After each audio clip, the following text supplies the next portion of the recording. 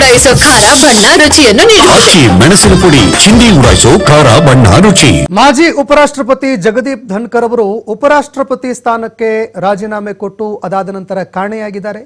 ಈಗ ದೇಶದ ಉಪರಾಷ್ಟ್ರಪತಿ ಆಗ್ತಾರಾ ಕರ್ನಾಟಕದ ಗವರ್ನರ್ ಗೆಹ್ಲೋಟ್ ಅನ್ನೋ ಪ್ರಶ್ನೆ ಎದುರಾಗ್ತಾ ಇದೆ.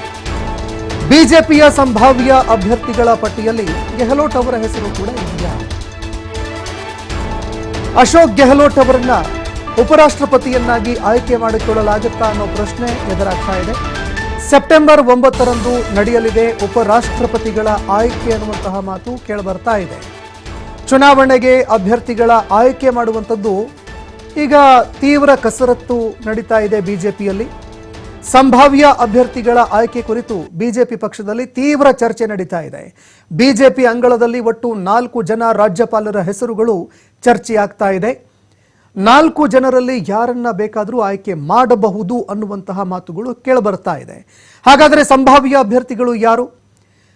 ಮೊದಲನೇದಾಗಿ ಆಚಾರ್ಯ ದೇವವ್ರತ್ ಗುಜರಾತ್ನ ರಾಜ್ಯಪಾಲರು, ಇವರ ಹೆಸರು ಅಗ್ರ ಒಂದು ಪಟ್ಟಿಯಲ್ಲಿ ಕಂಡು ಬರ್ತಾ ಇದೆ. ಥಾವರ್ ಚಂದ್ ಗೆಹ್ಲೋಟ್ ಕರ್ನಾಟಕದ ರಾಜ್ಯಪಾಲರು, ಓಂ ಮಾಥುರ್ ಸಿಕ್ಕಿಂನ ರಾಜ್ಯಪಾಲರು, ಮನೋಜ್ ಸಿನ್ಹಾ ಜಮ್ಮು ಮತ್ತು ಕಾಶ್ಮೀರದ ಲೆಫ್ಟಿನೆಂಟ್ ಗವರ್ನರ್.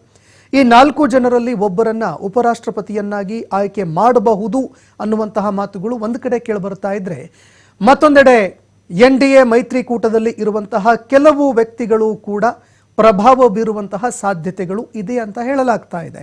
ಇನ್ನು ಬಿಜೆಪಿ ಯಾವಾಗ ನೋಡಿದ್ರೂ ಕೂಡ ಎಲ್ರಿಗೂ ಶಾಕ್ ಕೊಡ್ತಾ ಬರುತ್ತೆ. ಯಾವುದೇ ಒಂದು ಉನ್ನತ ಹುದ್ದೆಗಳಾಗಿರಬಹುದು, ಅದರ ಆಯ್ಕೆ ಸಂದರ್ಭದಲ್ಲಿ ಏನು ಹೇಳ್ತಾ ಬರ್ತೀವಿ, ಅದಕ್ಕಿಂತ ವ್ಯತಿರಿಕ್ತವಾಗಿ ವ್ಯಕ್ತಿಗಳನ್ನು ಆಯ್ಕೆ ಮಾಡುತ್ತೆ ಬಿಜೆಪಿ.